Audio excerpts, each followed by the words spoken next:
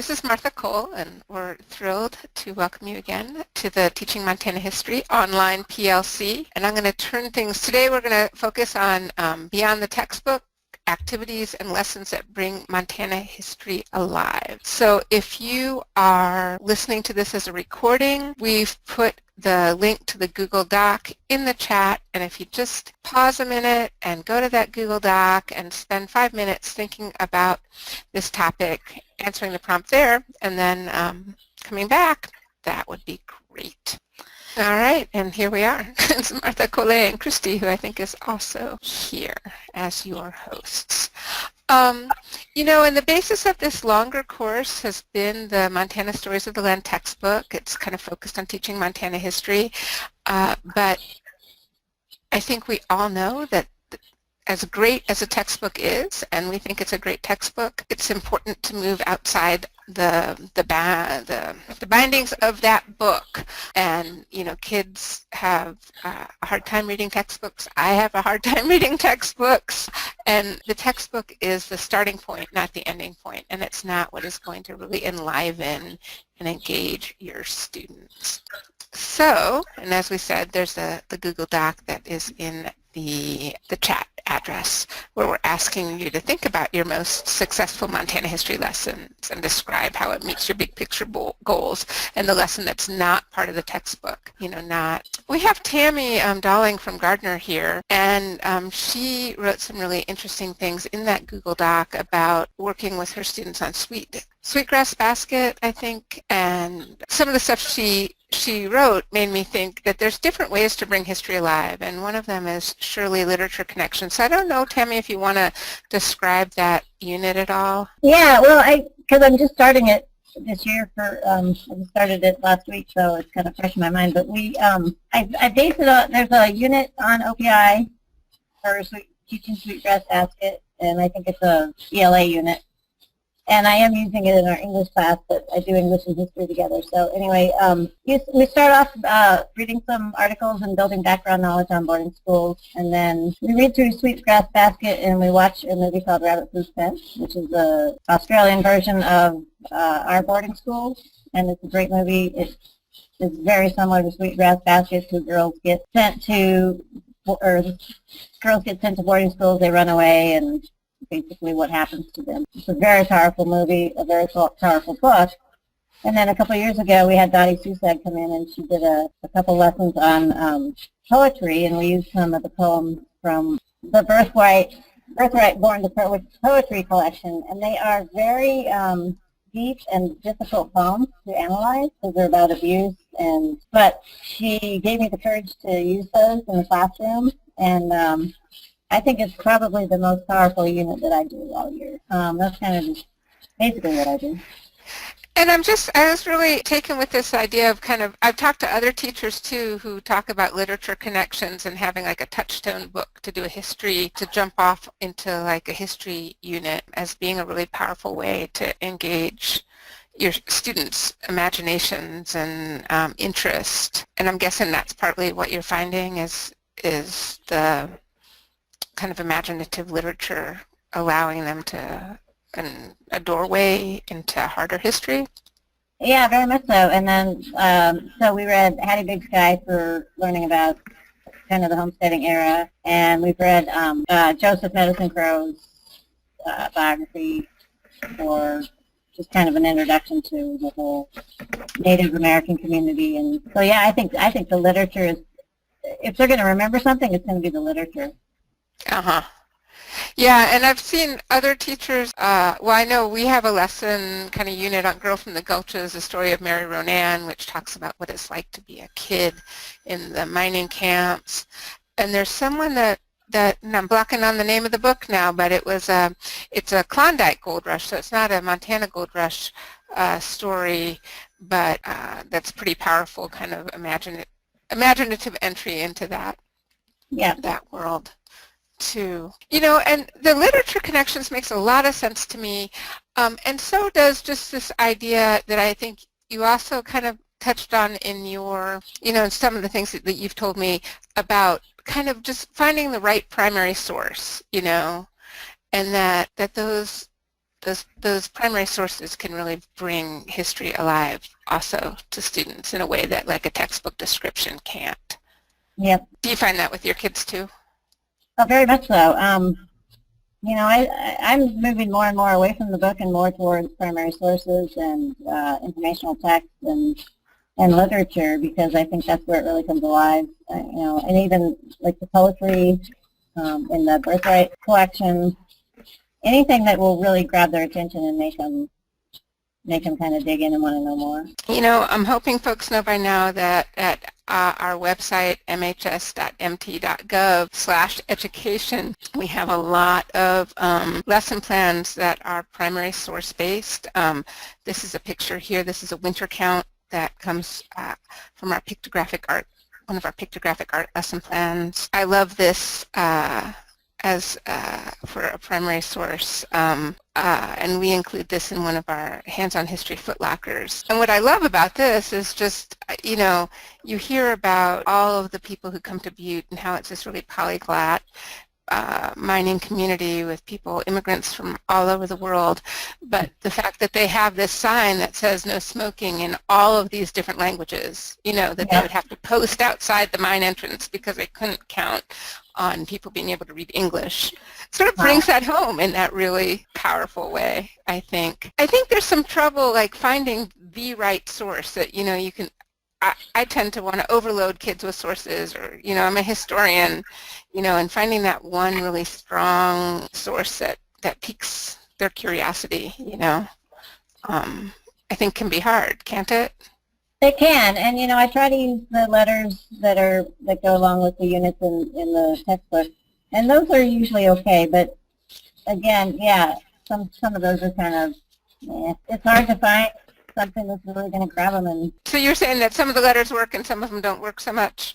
Yeah, I think they're all powerful, but some of them are more powerful than others. And if you use too many, I think kids just get into this routine of analyzing them and like blah blah blah, just analyzing them. But so using them correctly too, I think, is important. How does it relate to the chapter, and how does it relate to what we're learning? And Well, and I think that, Tammy, if I can just jump in a little, I just feel like that's sort of a great discussion of voice for when you're talking about the English language arts, and you know, why is this one striking us more than another one? Is it maybe the voice of the person who's writing that, or where that's coming from, or you know, or is it just the content and we don't connect to it as much? So I just think that's a kind of a powerful segue into understanding why some speak to us more than others, or something like that. Wow. Okay. Yeah. You know. Yep. So I was thinking that there are other things too that, you know, so my immediate thought actually went to like finding the right primary source as how to bring history alive.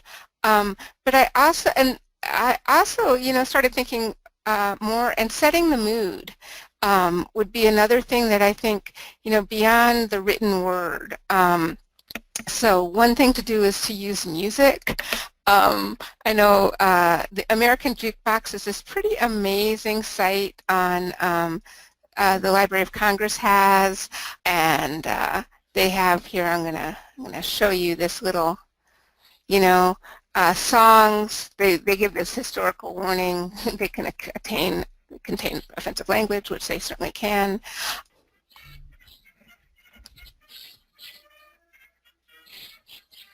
Wow. All right, that's probably enough of that. But, you know, they have World War I songs, they have World War II songs, they have, some fun, like, temperance songs. So just kind of, you know, what was it like to live at that time? You know, part of that is what music were we listening to and singing?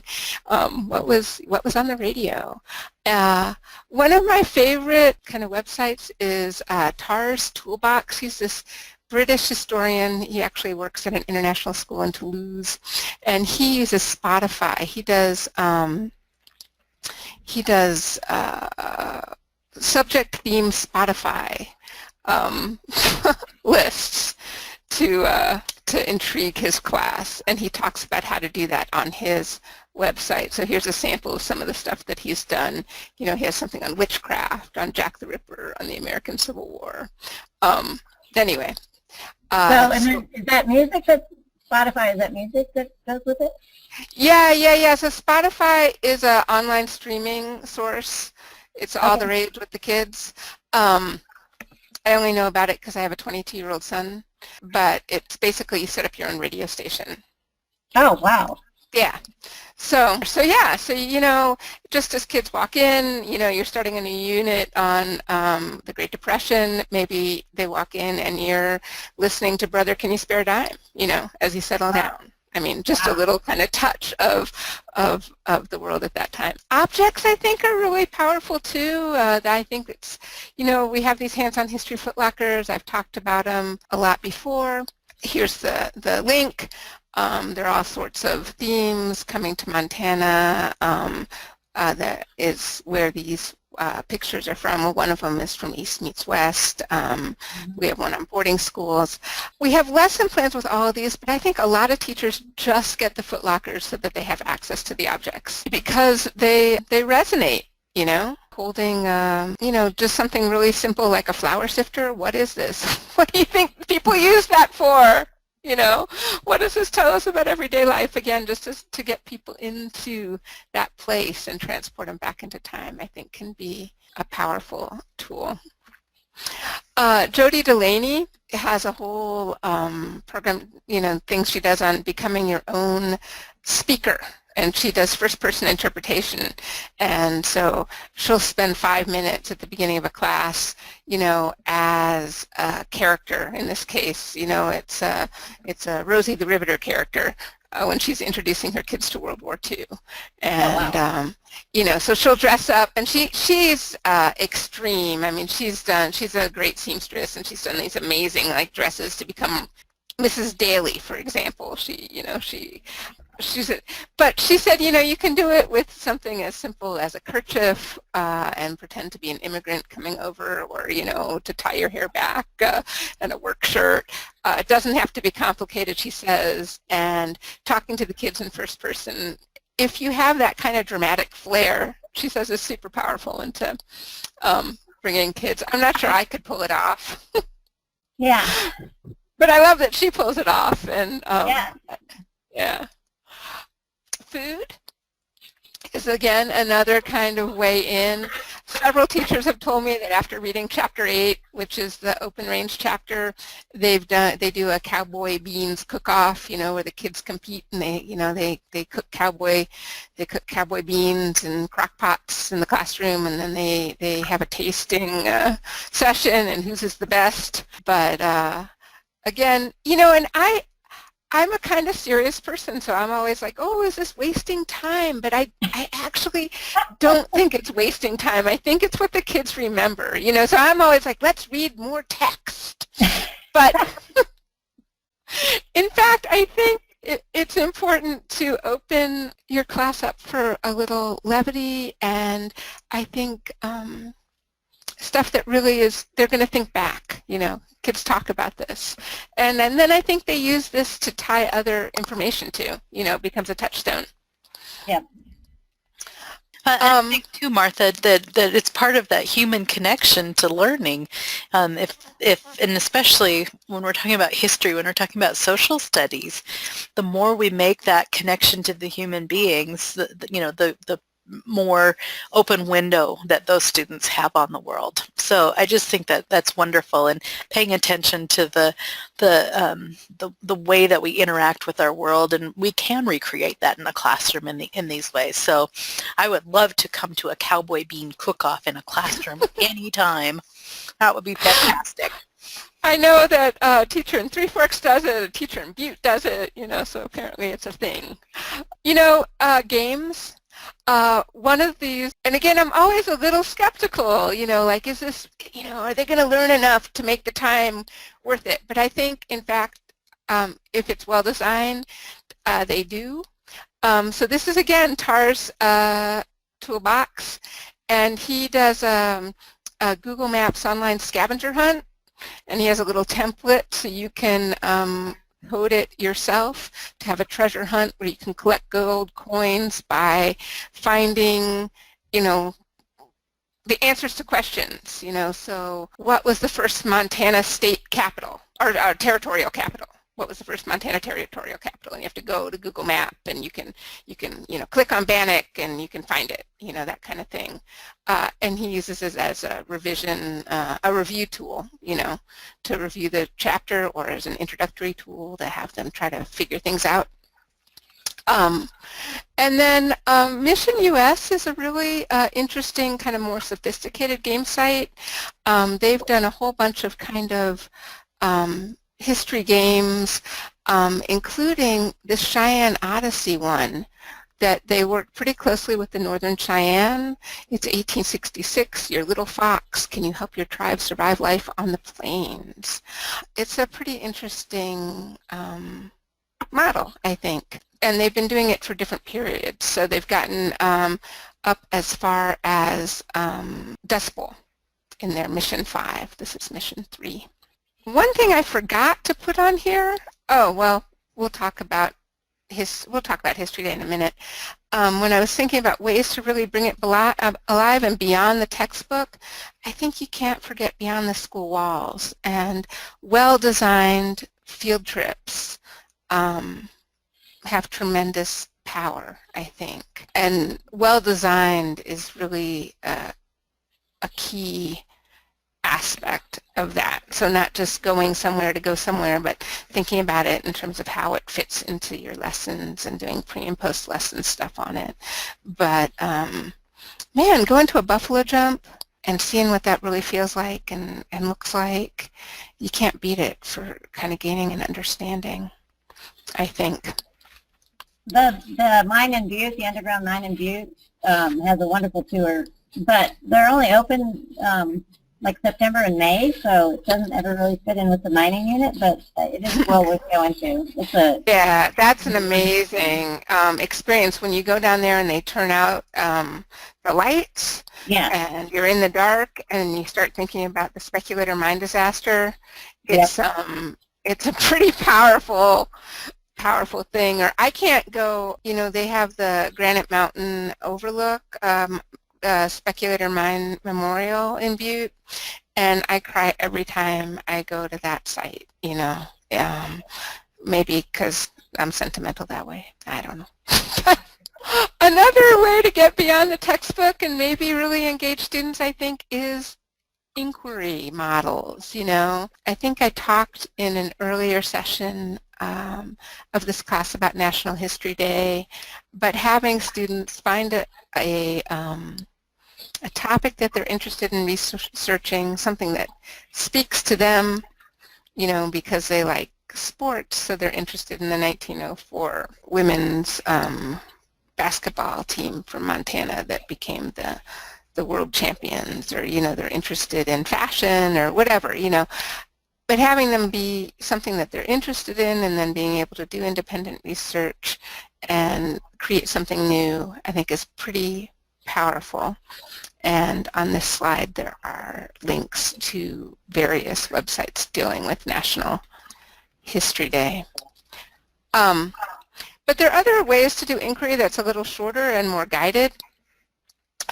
History Labs is a really good model. They have a template of how they set up their inquiry units that I find useful. I think as a teacher, these are hard to create yourself because it's time consuming. It's time consuming to find those right resources. It's hard to find that open-ended overarching question that permits multiple answers. It can just be tough to create maybe a summer project to create one, and then the next summer you create another one. Stanford History Education Group, which I love, they have a whole bunch of kind of inquiry units that are national history units. History Labs has national ones too, but I know that SHEG has lesson plans on Lewis and Clark, Manifest Destiny, Battle of the Little Bighorn, for example. We took the History Lab model to do our Hazel Hunkins Billing Suffragist unit. And so we use that, and kind of the overarching question is, does she belong in the textbook? And having them look at suffrage and her role in gaining women's suffrage to make that decision. And then another one that we've done that's also really inquiry-based, in the truest sense of the word, is this Women in Sports Tracking Change Over Time unit, because it has students researching their own communities. It has them doing a brief survey on participation in sports and then analyzing that data to see how Title IX did or did not make a difference in their own community, and comparing their community data with state data and with national trends. So, you know, real history and done in a way that's quite simple, well, I don't know, quite simple to execute, but not too onerous, I think, we hope. So just some ideas, you know, and there's always that balance, of course, between the amount of time you have to spend and, you know, depth versus breadth, which is always a tough thing. But where you can put in inquiry, I think it is well worth it.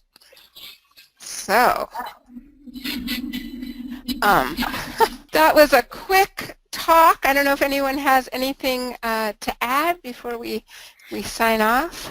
Well, we've been keeping track of all the links that we've been sharing, and those will be part of the recording. I'll make sure that those are an overlay over the slides for those who are watching the recording. This is just such an incredible opportunity to learn about the real and authentic resources that are that much more engaging for students and that are going to make the ideas that we need to learn, whether we're talking about the specific standards for social studies and history and English language arts. But, you know, beyond that, it's about the real learning that students need in order to understand the world around them. So I just think this is really exciting that we have such a wealth of resources to share, and definitely enroll in the Teaching Montana History online PLC course on the Teacher Learning Hub. We're really appreciative for those who are joining us through that medium as well. And I guess I just want to end with two other thoughts. One is guest speakers, obviously, was something that I sort of missed, that I saw as a lack when I went through these slides. But if you can bring in a miner or bring in a rancher or, you know, bring in someone who fought in Vietnam or, you know, whatever it is, that makes a huge difference to students. And that I really do think that as we focus on standards, which are tremendously important, it's equally important to kind of, you know, take a breath and kind of hook the kids, you know. I think one of the reasons I became a historian was because my 10th grade teacher had been a nun in a very strict order. She was Sisters of the Precious Blood, and it was an order that hadn't changed the way they did things since the Middle Ages. And so when we were studying medieval history, she walked us through her day as a novitiate, and really made me be able to imagine what it would have been like to be a French nun in, you know, the 1400s, which is when her order was founded. And you know, I'm not sure what standard that ties to, but it's powerful, you know. And then we also did a lot of really academic work in her class too. But there's power in stories and in these, you know, music and in these other intangible things. Thanks for joining us.